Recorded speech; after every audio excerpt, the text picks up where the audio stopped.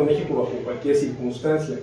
En algunos casos la sentencia prosigue, incluso si el embarazo fue por violación, o si el producto padece malformaciones, o si la madre tiene una enfermedad cuyo embarazo ponga en peligro su vida. A diferencia, como también se dijo ayer, de quienes abortan en clínicas privadas, en clínicas provistas por el gobierno del DF o en el extranjero, las indígenas mexicanas encarceladas son brutalmente vulnerables. Ser pobre, indígena, mujer y sin derecho a la justicia conforman un nudo imposible de desanudar, un nudo tejido por religiosos fanáticos y políticos fanáticos. No sé bien dónde distinguir en México entre uno y otro. Ese nudo mexicano, en el caso de las indígenas, las condena a la cárcel por periodos largos, cárcel para ellas y por supuesto para la mayoría de sus hijos que quedan en el desamparo absoluto. El quid del aborto, el problema fundamental del aborto, es uno de los grandes y complejos quehaceres de la ética, como ayer se dijo. Tres ideas rápidas en cuanto al aborto. Primera, la autonomía, principio rector de la bioética, se ejerce con dificultad cuando se es pobre. Segundo, el problema en esencia, para sumarizarlo, no radica en si una mujer tiene o no derecho de abortar, radica en que el Estado, a ver qué dirá Marta Lamas, se adjudique el derecho de obligar a la mujer a dar a luz. Y tercera y última idea, algunos médicos en México al servicio del Estado, cuando se trata de mujeres indígenas, no cumplen su función, culpabilizan y estigmatizan antes de estudiar y escuchar. Al inicio de estas reflexiones, agregué otros grupos vulnerables. Ahora sugiero unos nuevos, otros términos: víctimas de fanatismos, mujeres sometidas a la intimidación, niños soldados, prisioneros en China, pobres en Indias que venden órganos para alimentar a la familia, mujeres que alquilan su útero en países pobres, etc. Un etcétera como sinónimo de una enfermedad sin visos de finalizar. ¿Ya? Okay. Erróneo no dedicar unos pequeños párrafos a los niños, pero no los voy a dedicar porque ya vino aquí Angelina. Me los voy a saltar y voy a seguir. Okay. Las interacciones entre pobreza y vulnerabilidad son vastas. En el libro de Joseph Stiglitz, publicado hace un par de años, quien es Premio Nobel de Economía, y el libro se llama El precio de la desigualdad, los editores en español agregaron un subtítulo demoledor. El subtítulo dice: el 1% de la población tiene lo que el 99% necesita. En inglés, la edición escogió otro subtítulo, también demoledor, lo cito: de cómo la división de la sociedad hace peligrar el futuro. Dije que tomaran más vino. Las cifras en este caso no engañan. 99% contra 1% es un abismo insondable. El crecimiento de la población y el inadecuado manejo de la economía por la inmensa satrapía política que ha regido y sigue rigiendo el mundo es suficiente para entender la razón fundamental de la miseria. Las acciones de políticos ladrones e ineptos y el crecimiento desmesurado de la población explican la situación actual. Y escuchen las cifras siguientes. En 1800 había 1.000 millones de habitantes, en 2000 6.000 millones y en 2012, 12 años después, 7.000 millones, es decir, 1.000 millones más. La realidad, representada por miseria e incontables bocas que alimentar, la crudeza de la Sierra de Puebla, el campo oaxaqueño, la de Somalia, la del tren, la bestia, la de Guatemala, bastan para desmentir los discursos del Banco Mundial y del Fondo Monetario Internacional. Estas organizaciones aseguran, ustedes lo han oído, que no hay falta de alimentos, sino que el problema es la mala distribución. Quienes mueren de hambre, en México 23 personas mueren al día de hambre, y seguramente no están de acuerdo con esos discursos. Pobreza y vulnerabilidad son asuntos éticos. Las lacras de la pobreza son lacras humanas. Prostituirse, ser niño en situación de la calle, ser enfermo y morir por carecer de recursos, no contar con techo y no comer proteínas en la infancia impiden el desarrollo del ser humano y alteran la calidad de la vida. La imposibilidad de educarse es asunto ético. Cito a Schopenhauer y ya casi finalizo. Dice Schopenhauer: lo que distingue al hombre del animal es la maldad. Para la crueldad, el engaño, la envidia y la malevolencia de todos tipos se requiere de inteligencia. Fin de la cita. Dentro de los principios de la bioética destacan autonomía y justicia.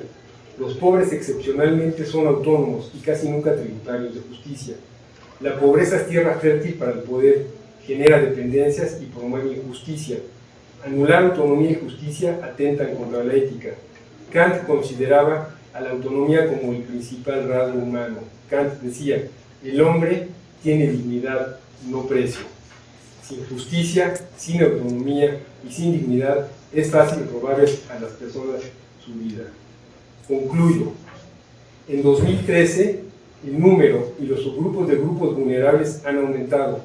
Razones fundamentales son la desigualdad económica y los oscuros intereses del poder, no educar, no democratizar ni distribuir el conocimiento, expulsar a los ciudadanos de sus casas, no proveer agua limpia, no alimentar a madres que amamantan, no encarcelar a banqueros y políticos ladrones, son algunas razones por las cuales la Tierra alberga dos tipos de poblaciones, una vulnerable y otra no vulnerable.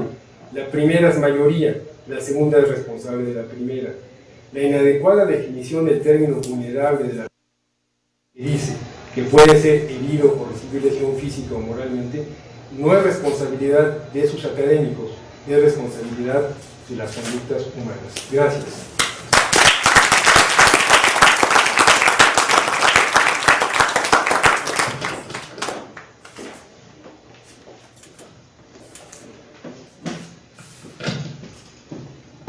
Vamos a dar paso a la última parte de la mesa. Está a cargo del doctor Ciro Murayama, con la charla es Grupos Vulnerables y Derechos Sociales. El doctor Murayama es economista por la UNAM y doctor en Economía por la Universidad Autónoma de Madrid. Es miembro del Sistema Nacional de Investigadores y en el año 2008 recibió el reconocimiento y distinción de la UNAM para jóvenes académicos. Su especialidad es en temas de economía laboral, economía de la educación y economía de la salud. Es miembro numerario de la Academia Mexicana de Economía Política e integrante de la Junta de Gobierno del Instituto de Estudios para la Transición Democrática.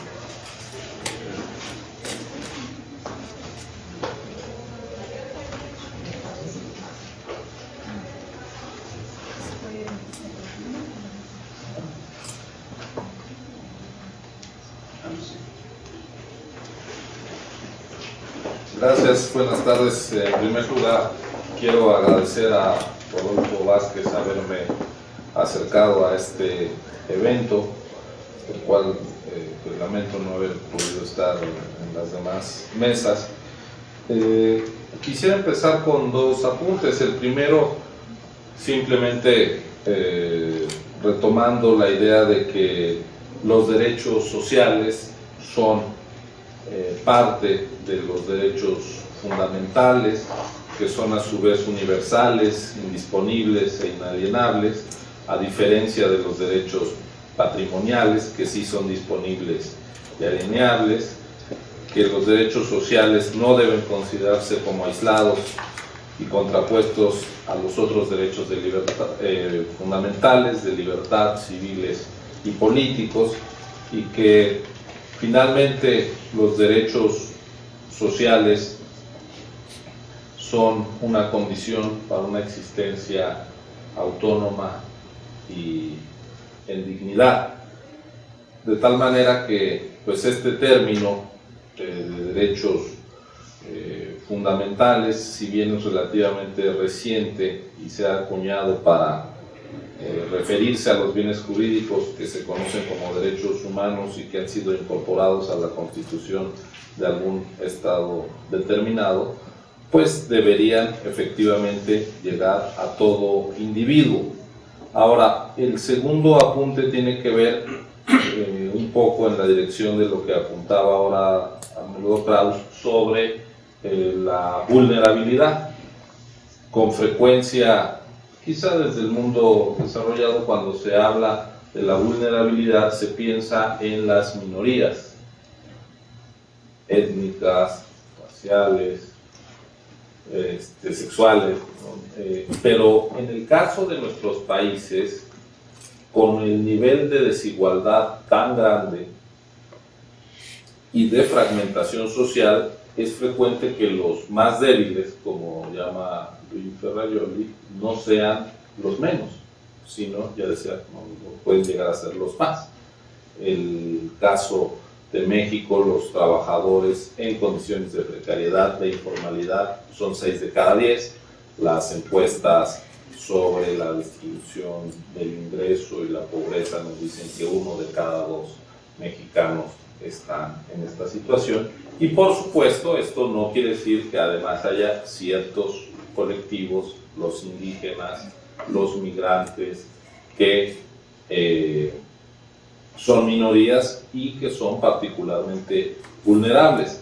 Además, entre las personas con algún tipo de discapacidad. Además, dentro de estos grupos también las niñas y niños, los adultos mayores, las mujeres, pues son aún más vulnerables. Partiendo de estos dos apuntes, quisiera yo hacer un recorrido acerca de algunos indicadores de la pobreza y del cumplimiento de dos derechos sociales ampliamente reconocidos e identificables, como son la educación y la salud en nuestro país, a partir de los últimos datos que publicó el Consejo Nacional de Evaluación de la Política Social, el Coneval, a partir de los datos de la Encuesta Nacional de Ingreso y Gasto de los Hogares que se levantó en 2012. Estos datos sobre la medición de la pobreza fueron presentados hace apenas unas semanas. Y pues lo que vemos es que en México hay 117 millones de habitantes, de los cuales 53.3 se encuentran en una situación de pobreza, es decir, el 45.5% del total. La pobreza es fruto de la desigualdad en un país que no es pobre, estamos entre las primeras 15 economías del mundo, pero somos un país que tiene muchos pobres, de tal manera que lo que explica esto es la desigualdad que aparece desde cualquier ángulo de visión que uno se aproxime al asunto. Puede ser regional, por ejemplo, hay entidades con niveles de pobreza menores a 1/3 de la población, Baja California Sur, Coahuila, el DF y el más bajo Nuevo León, con el 23% de su población en pobreza. Pero en el otro extremo están los estados con más de 6 de cada 10 habitantes en pobreza: Chiapas con el 75%, Guerrero el 60%, Oaxaca 62%, Puebla 65%. Y además están las entidades que concentran la pobreza en términos absolutos. El Estado de México solamente tiene 6.7 millones de pobres, Veracruz 4.4 millones, Chiapas 3.8, Puebla 3.6, y el Distrito Federal, que en términos relativos es de los que menos pobres tiene, de todas formas, aquí viven 2,5 millones de personas en la pobreza.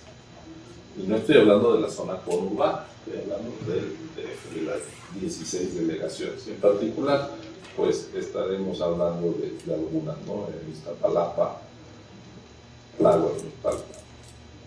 Ahora, la pobreza se extiende más en términos relativos en zonas rurales, afecta al 61.6% de quienes viven en zonas rurales, frente a las áreas urbanas, donde 4 de cada 10 son pobres. Sin embargo, en términos absolutos, la pobreza es mayoritariamente urbana en México. Hay 36.6 millones de pobres viviendo en ciudades por 16.7 millones de pobres en el campo, 36 a 16. Si movemos el mirador y nos fijamos más en las características de las personas que en el territorio en el cual habitan, los datos de la pobreza resultan elocuentes. El 72.3% de la población indígena es pobre, frente al 42.6% de la no indígena, una diferencia de 30 puntos porcentuales. Los indígenas por debajo de la línea de bienestar son el 74.5%, frente al 49% de la población no indígena. En términos de género, la pobreza tiene una incidencia un poco mayor en mujeres que en hombres, 45.9 versus 45.1. La población con alguna discapacidad, que de acuerdo con el Coneval es la persona que manifiesta tener alguna dificultad para desempeñar sus actividades cotidianas, por dificultades para caminar, moverse, subir o bajar, oír, vestirse, bañarse o comer, poner atención o alguna limitación mental, se ve afectada en las personas con alguna discapacidad por la pobreza en 51% de los casos, frente al 45% de la población que no tiene discapacidad. En términos de grupos de edad, la pobreza se concentra en los más jóvenes, 53.8% de los menores de 18 años, frente a 41.3% para los que son mayores de edad, y entre los adultos mayores, las personas de 65 o más años son pobres en un 46% frente a un 45% de los menores de 65 años. En lo que hace educación, uso el indicador de rezago educativo. Esto es la población en edad escolar que no asiste a la educación básica, a la obligatoria, o a la población mayor de 16 años que no concluyó la primaria y la secundaria. En total, viven en México 22.5 millones de personas con rezago educativo. Esto es el 19.2% de toda la población. Casi 1 de cada 5 mexicanos tiene rezago educativo. Una vez más, hay una muy desigual distribución territorial, mientras es bajo en el DF, el 9%, en Coahuila, 12%, y Nuevo León. Afecta a más de una cuarta parte de la población en Chiapas, 33%, Oaxaca, 28%, Guerrero, 27%, Michoacán, 26% y Veracruz, 26%. En zonas urbanas el rezago es 15% y en las rurales sube a 32%. Por grupos de edad, el 8.8% de la población entre 3 y 15 años de edad sufre rezago educativo, es decir, hay 2.5 millones de niños mexicanos, 2,5 millones, que deberían estar yendo a la escuela y ya han sido excluidos. Estamos hablando de 9 de cada 10, de cada 100, perdón. La población de más de 16 años que nació hasta 1981, esto es, que al momento de la encuesta tenía más de 31 años, el rezago es del 27.6%, estamos hablando de 14,5 millones de personas. Y la población mayor de 16 años, pero que nació después de 1982, es decir, que tenía entre 17 y 30 años el año pasado, en 2012, con rezago educativo es el 18.5%, 5,5 millones, es decir, no es un problema de que en el pasado gente que creció cuando no se había extendido el sistema educativo quedó fuera, y entonces se va a resolver, pues, porque la naturaleza lo va a resolver con el paso del tiempo. Hay gente que están haciendo ahora que debería estar yendo a la escuela que no está yendo. Entonces no se está cumpliendo este derecho social. Quiero decir que además hay problemas evidentes con la calidad de la educación y su distribución en el territorio y entre grupos de mexicanos. El 38.3% de los centros de educación preescolar son unitarios, esto es, un maestro imparte los 3 grados, pero esto sube al 67% en Chiapas, al 56% en Hidalgo y San Luis Potosí, al 54% en Zacatecas, al 52.6% en Tabasco y al 48% en Oaxaca. Imagínense la diferencia que hay entre un niño de 3 años, uno de 4, uno de 5, en términos de lo que necesita el cuidado es muy grande. En el primer caso estamos hablando del control de esfínteres y en el otro quizá de que empiecen a escribir. Un maestro tiene que hacerse cargo, una persona, de niños en eso. Además, el retrasar la atención unos minutos a cada uno de estos niños pues puede tener consecuencias muy negativas. Los que tenemos hijos pequeños sabemos que pues no podemos dejarlos más de 5 minutos, ya es demasiado. Imagínense un maestro atendiendo. Entonces, justo donde está la gente más pobre, está este tipo de educación. ¿Qué pasa con la primaria? El 7% de los niños asiste a escuelas multigrado. Esto es que un maestro atiende 2 o más grados a la vez, les está enseñando las vocales y les está enseñando a multiplicar. Después hay las campañas estas de panzazo y demás que hacen tabla rasa de los maestros y creen que es totalmente despreciable esta labor, cuando ya quisiera que cualquiera de nosotros que tenemos alta escolaridad y demás nos quisiéramos meter un día en un salón y poder atender a una población de 7 años y a otra de 9 a la vez, ¿verdad? Bueno, es el 7% de los niños, pero entre los indígenas esto sube al 32% de la población. Y en las llamadas primarias comunitarias, que son administradas por el Consejo Nacional de Fomento Educativo, que son aquellas donde la comunidad le da al maestro casa y comida, y el maestro no es un maestro normalista ni tiene plaza, sino que tiene una beca que le da el CONAFE para que se vaya. Y después de estar 2 años, generalmente son estudiantes que acabaron el bachillerato, y por estar 2 años enseñando en una comunidad, después tienen una beca para estudiar. Bueno, en este caso, el 100% de las primarias comunitarias son multigrado. En la secundaria, el 20% de los alumnos va a telesecundaria, que fue un servicio que surgió hace unas décadas para atender a las localidades rurales pequeñas, pero actualmente se ha extendido incluso en áreas urbanas. Es aquí donde están los peores aprendizajes, el peor aprovechamiento. En el caso del bachillerato, según datos recientemente tuiteados, una nueva forma de acceder a la información, ¿no?, por el subsecretario de Educación Media Superior, Rodolfo Tuirán, dice que más de 530,000 jóvenes lo cursan en modalidad abierta. Entonces tenemos expansión de la cobertura educativa, pero es a través de escuelas multigrado, preescolar unitario, bachillerato a distancia, que suelen ser para los más pobres, y es donde se necesitan más destrezas y conocimientos. Se necesita hasta cierto punto ser autodidacta para poder, se necesita saber leer bien, saber decidir, organizar la información. Bueno, pues eso se espera que se aprenda a distancia, de tal manera que hemos creado de educación para pobres.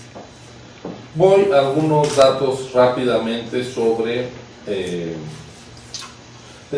hemos creado un circuito de educación para pobres, de educación pública de pobre calidad para los pobres. De tal manera que el sistema educativo, en vez de volverse un espacio de equidad, de igualdad, sirve para reproducir las desigualdades sociales preexistentes. No me voy a extender en los datos de salud, baste decir que, de acuerdo con el indicador de carencia de acceso a los servicios de salud de Coneval, hay 25.3 millones de personas, el 21.5% del total, que no acceden. Esto es muy desigual también por estados, también menos desigual que la educación si nos fijamos por grupos de edad, sexo, por si es población indígena o discapacitada, pero un apunte metodológico, bueno, dos muy rápidos. Lo primero es que estas cifras, el dato de 25 millones de mexicanos excluidos de los servicios de salud, refuta con toda claridad la falsa afirmación del gobierno anterior de que habíamos alcanzado cobertura universal. No hay por dónde.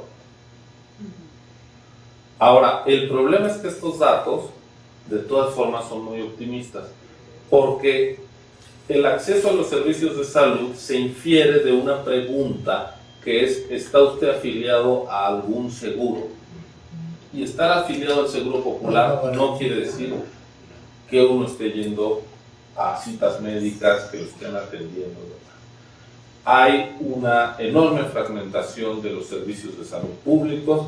La diferencia, con todas sus deficiencias, entre ir a la Seguridad Social, al IMSS y al ISSSTE, e ir al Seguro Popular es muy alta. Si tomamos en cuenta mortalidad materna, un indicador básico en la Seguridad Social, cumpliríamos las metas del milenio. Si incorporamos a la población que se atiende en el Seguro Popular, pues no vamos a llegar a las metas del milenio como país. Bueno, yo lo que quisiera terminar compartiendo la reflexión es que hay una agenda desde el punto de vista de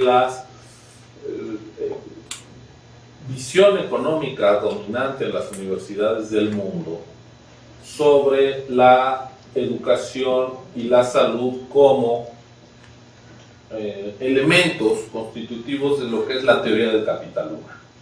Entonces sirven de insumos para que el individuo sea más productivo. Esa es la gran virtud que tienen la educación y la salud. Y dado que estamos pensando en capital y en su resultado en la producción, lo que hay que hacer es invertir en educación y en salud para mejorar las tasas de ganancia, las tasas de retorno de esa inversión, como si hiciéramos cualquier otra. De tal suerte que el tiempo que pase uno en la escuela o el cuidado que hace uno de su salud son decisiones racionales de inversión en función de las tasas de retorno que uno espera. Esto implica, por ejemplo, decir que si una mujer va a ser madre y va a interrumpir durante unos años su carrera profesional y por lo tanto su ingreso, va a tener un ingreso a lo largo de su vida menor que el de un varón o que el de una mujer que no tiene hijos. Por lo tanto, sería irracional invertir lo mismo que un varón si la tasa de retorno de esa inversión va a ser menor, es decir, pasar tanto tiempo en la escuela como un varón o como una mujer. Sería irracional. Entonces esto acaba llevando a corregir que es normal y que es incluso racional que las mujeres que van a ser madres tengan una escolaridad menor que los demás. Bueno, ¿y qué pasa con la gente que tiene baja educación y baja salud? Hubo una mala decisión de inversión desde el punto de vista racional, porque son decisiones individuales. Y lo que sí se llega a reconocer dentro de la teoría del capital humano, escrita en la escuela neoclásica, que es dominante en el pensamiento económico, es que hay fallos de mercado y no hay suficientes créditos para pagar la inversión, y entonces lo que hay que resolver es estas fallas. Y entonces el Estado debe de intervenir cuando hay fallos para corregir, pero sin abandonar la lógica del mercado y la posibilidad, termino, de que los individuos vayan haciendo estas inversiones, y por eso se han puesto de moda estas ideas como la de dar vouchers para que la gente decida dónde invertir su dinero y a qué escuela ir. Eso se hizo en algunos estados de Estados Unidos, se hizo en Chile y aumentó dramáticamente la desigualdad educativa. Otro, con esto simplemente llevándolo al terreno de la salud, sí son los mecanismos de mercado los que rigen el acceso a la salud, pues tenemos, por supuesto, un problema de equidad, pero también de eficiencia incluso. Porque en este particular mercado la simetría de información entre el consumidor y el oferente es muy amplia, entre el paciente y el médico. Aquí sí puede haber una inducción desde la oferta a la demanda, y puede haber mucho riesgo moral, y de hecho, si el productor, como en cualquier otro mercado, toma la decisión racional de maximizar su utilidad, se va a ir a ofrecer los productos de mayor precio. Y entonces es natural que tengamos médicos especializados y no médicos generales, que tengamos énfasis en la medicina curativa y no en la preventiva. Esto distorsiona totalmente el modelo de sistema de salud que queremos. Ahí está el caso de Estados Unidos. Ellos se gastan 16% del PIB en salud, el doble que lo que se gastan los europeos, con menores resultados en esperanza de calidad de vida, y el 25% del gasto en salud en Estados Unidos ocurre en los 2 últimos años de vida de las personas. Es decir, el 4% del PIB de la economía más grande del mundo se va a los últimos 2 años de vida a extender la vida. Bueno, yo creo que aquí es donde se cruza el tema de cómo se toman las decisiones del diseño del sistema de salud y de educación y de financiamiento, y la bioética, la biopolítica. Yo creo que hay una discusión planteada entre la visión neoclásica de la economía, la administración de negocios y la mal llamada, el eficientismo en las mal llamadas políticas públicas, que no lo son, frente a la bioética, el garantismo y la economía política. Y esta confrontación tiene que resolver un problema, un asunto fundamental. La salud y la educación, ¿son derechos sociales o son mercancías? Bueno,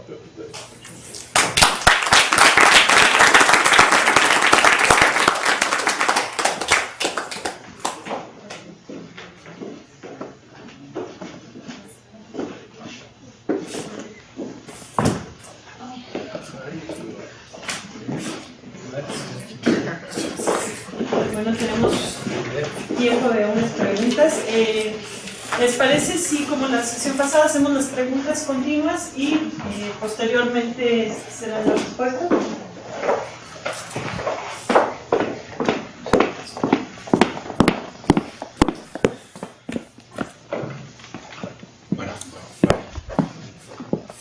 Pedro, Al revés.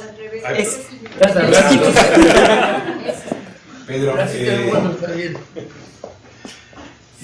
Pedro, dijiste que la vulnerabilidad no la considerabas una nota intrínseca, que más bien dependía de factores externos.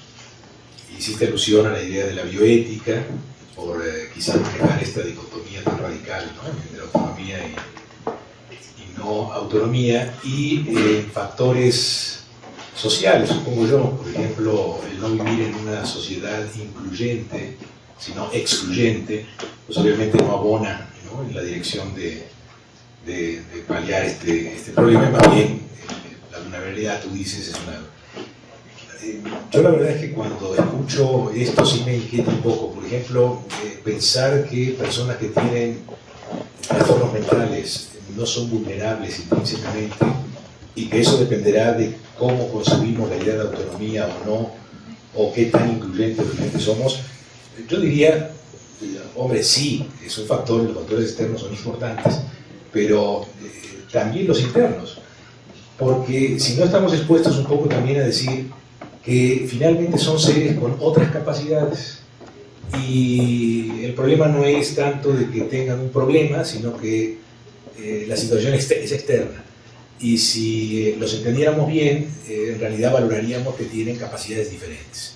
Y esto me parece verdaderamente una cosa un poquito delicada, ¿no?, por decirlo menos, ¿no?, hasta ofensiva me parece, ¿no? Pero bueno, y le quería hacer una pregunta a Ciro, en parte a Arnoldo.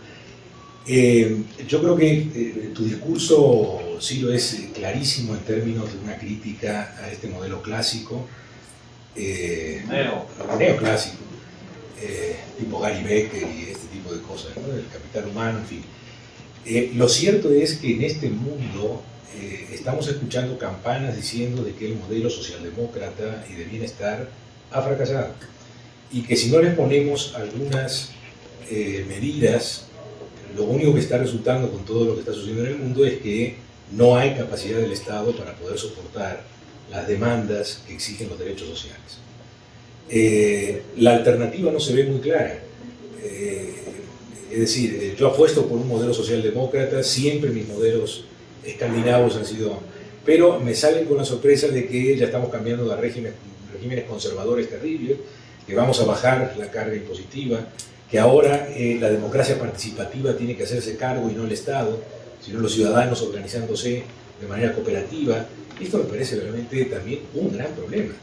Es decir, si el Estado no toma las responsabilidades que corresponden para hacer valer los derechos sociales, la verdad no veo muchas salidas. Y es hablar de modelo de bienestar, pues, ¿no? Buenas tardes.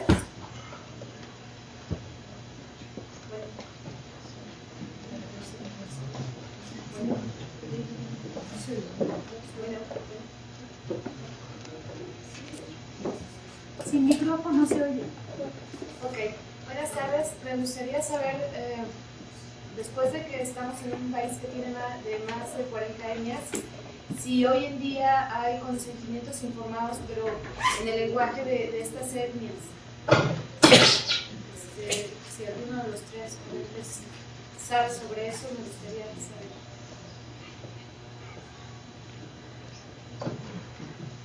Doctor Liste, por favor, su pregunta. Yo puedo contestar también.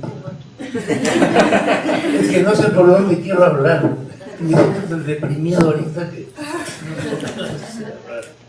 Bueno, sí hay trabajos hechos en México, que los consentimientos informados vienen en el idioma de la población que se está analizando. No conozco el detalle de ello, pero sí existe esto y sí se toma en cuenta en algunos trabajos. Lo demás, la razón de mi depresión viene de lo que acabo de oír, ¿no? No encontré absolutamente nada bueno o optimista del estado en que estamos. Yo quisiera ver si así, hay algo en el horizonte que permite pensar que no es necesario morirse este fin de semana, pues conviene esperar un poco. ¿Hay algo? Patricio, por favor. Patricio, ¿y lo que usted? Sí. Es parte, Rodolfo tocó el punto, pero para Silvia y Arnoldo, muchas veces cuando analizamos problemas éticos en salud, y puede ser extensivo a otros problemas bioéticos, siempre se trastoca el problema económico y siempre la respuesta es no hay que, la ética no tiene por qué meterse en el análisis del sistema económico y muchas veces es la raíz de los problemas. Entonces tenemos derecho a meternos en incluir el análisis económico dentro del análisis ético de los problemas que estamos viendo. Mi impresión es que sí, pero quiero la opinión de ustedes dos. Sí, bueno, a mí me encantó la intervención de Pedro Morales y quería preguntarle si la figura de incapacidad legal parcial no existe en nuestra legislación o si existe. Esa es una. Luego de Arnoldo, una cosa es que 17 estados